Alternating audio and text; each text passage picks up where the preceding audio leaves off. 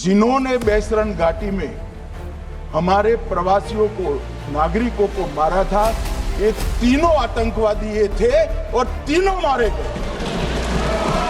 Operation Mahadev पर सनसनीखेज खुलासा, पहलगाम के गुनहगारों को कैसे ढूंढ के मारा। सुरक्षा बलों का फिल्मी स्टाइल वाला ऑपरेशन, एक गलती और तबाह हो गए देश के 3 दुश्मन। पहलगाम के मास्टरमाइंड कैसे हुए ढेर, अमित शाह ने बताई एनकाउंटर की एक डिटेल।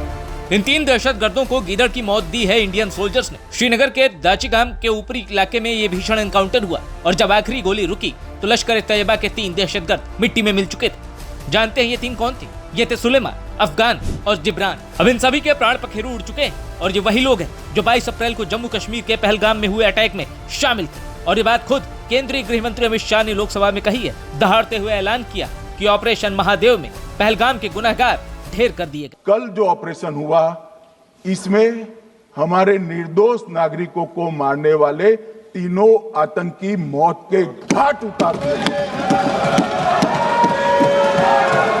मान्यवर, तीनों के नाम मैंने बताए हैं, सुलेमान उर्फे फैजल जट, अफगान और जिब्रान।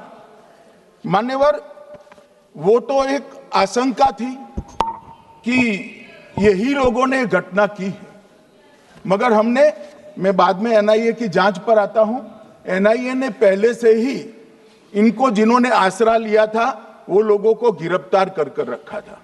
उनको खाना पहुंचाने वाले लोगों को अपने कब्जे में रखा था। तो जब आतंकवादियों के शव श्रीनगर आए, इनसे पहचान कराई गई।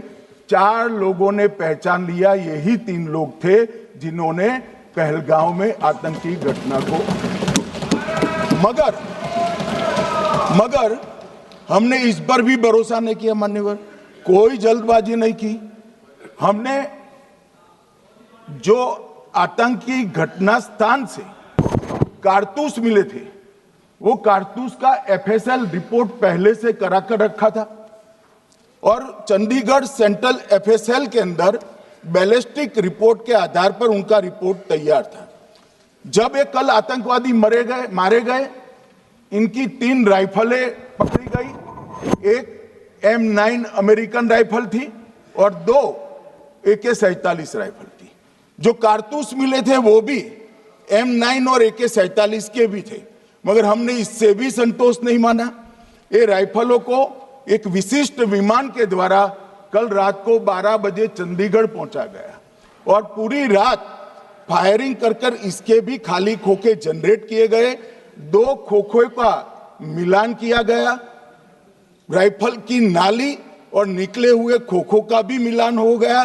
तब ये तय हो गया कि इन्हीं 3 राइफलों से हमारे निर्दोष नागरिक मारे गए। सुनिए अमित शाह की जुबानी कि आखिर कैसे ऑपरेशन महादेव चलाया गया और कैसे हमारे शूरवीरों ने देश के दुश्मनों को, देश के मोस्ट वांटेड्स को ढेर कर दिया। सुलेमान उर्फे फैजल जट, अफगान और जिब्रान, 3 आतंकवादी सेना, सीआरपीएफ और जम्मू कश्मीर पुलिस के संयुक्त अभियान में ऑपरेशन महादेव में मारे गए। और माननीय अध्यक्ष जी,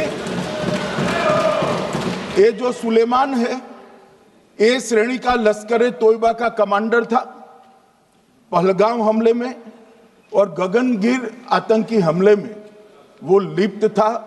इसके ढेर सारे सबूत हमारी एजेंसियों के पास है। अफगान ए श्रेणी का लश्कर ए तैयबा का आतंकवादी था और जिब्रान भी ए ग्रेड आतंकवादी था। और माननीय अध्यक्ष जी, मैं सदन को और सदन के माध्यम से पूरे देश को बताना चाहता हूं, जिन्होंने बेसरन घाटी में हमारे प्रवासियों को, नागरिकों को मारा था, ये तीनों आतंकवादी ये थे और तीनों मारे गए।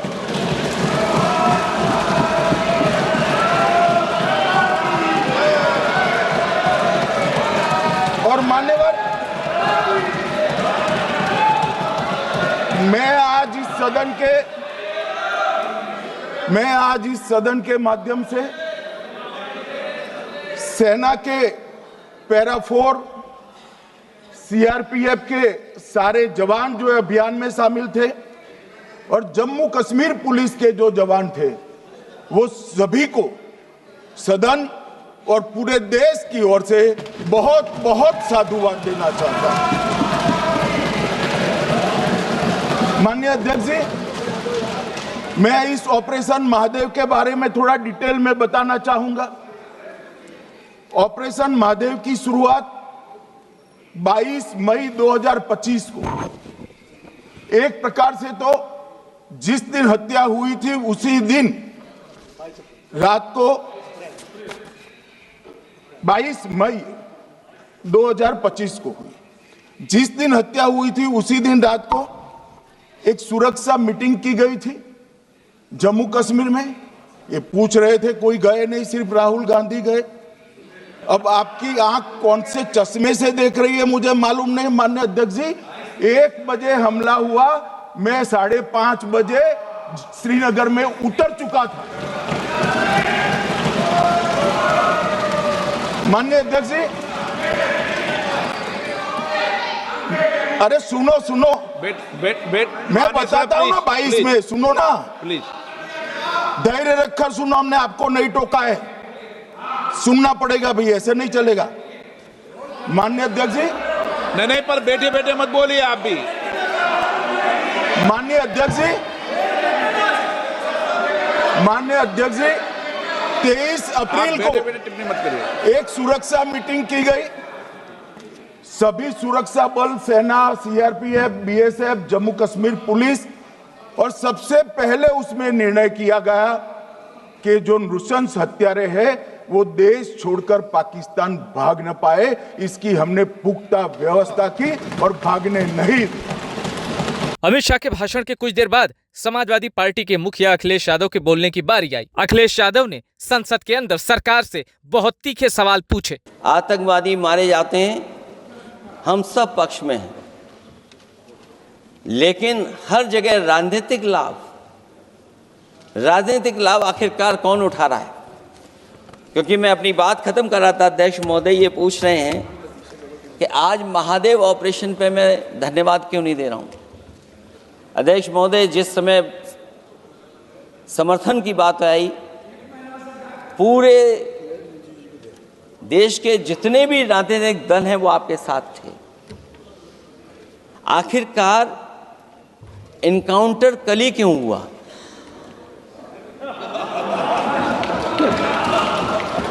और अध्यक्ष महोदय, फिर वही बात मैं दोहराऊं जिसकी वजह से पहलगाम हुआ, जिसकी वजह से पुलवामा हुआ।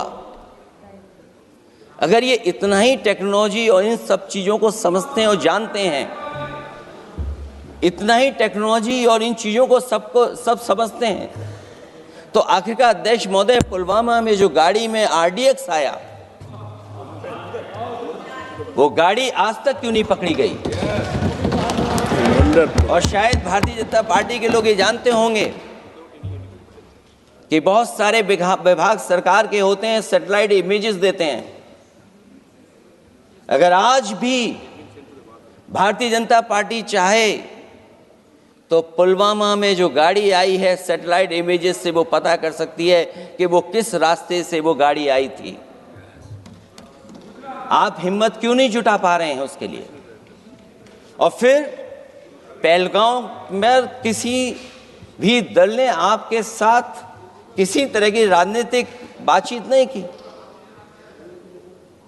लेकिन राजनीतिक लाभ आपने कांग्रेस पार्टी से भी उठाने की कोशिश की, हमारे से भी उठाने की कोशिश की। अगर डेलीगेशन भेजना ही था आपको तो पॉलिटिकल पार्टीज तय करती हैं, आप नहीं तय कर सकते। ये राजनीति कौन कर रहा है? और फिर अध्यक्ष महोदय, राजनीति करने वाले वो लोग जो अपने चुनावी भाषण में कह रहे थे कि पीओके हम 6 महीने में ले लेंगे, हम अक्साई चिन्ह ले लेंगे। इसीलिए मैंने सवाल पूछा अध्यक्ष महोदय सरकार से कि जिस समय सरकार में भारतीय जनता पार्टी आई, उस समय भारत का क्षेत्रफल क्या था और भारत का क्षेत्रफल आज क्या है? क्या 5 फिंगर्स, पेंगोंग लेक, गलवान घाटी, रजांगला, उसका जवाब किसके पास है? सरकार के पास है क्या कि नहीं है? और मैं आज अध्यक्ष महोदय कहता हूं, हम वॉर के खिलाफ हैं, हम वॉर नहीं चाहते हैं, लेकिन सीमा पर शांति रहे, हमारा कोई इंक्रोचमेंट नहीं करे। झगड़ा मैं आज भी कहता हूं, ये लड़ाई आपको, जो लड़ाई हुई है वो पाकिस्तान से आप नहीं लड़े हैं। अध्यक्ष महोदय, आप कितना भी छिपना चाहोगे, छिपाना चाहोगे, कोई भी स्वीकार नहीं करेगा। ये जो लड़ाई लड़ी गई है, ये आपको चीन से लड़नी पड़ी थी।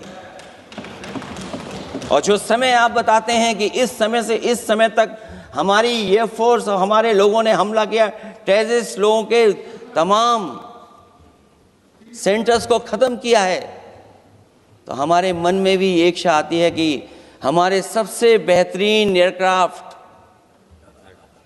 जो नींबू और मिर्च लगा करके जिनकी पूजा की गई थी,